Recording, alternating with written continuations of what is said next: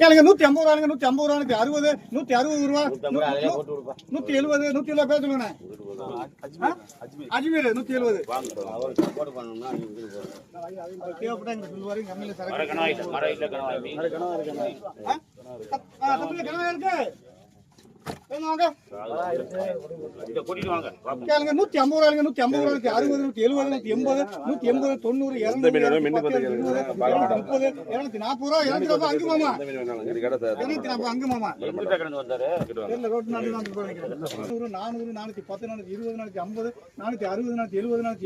490 500 ரூபா 500 ரூபா உங்க பேர் சொல்லுங்க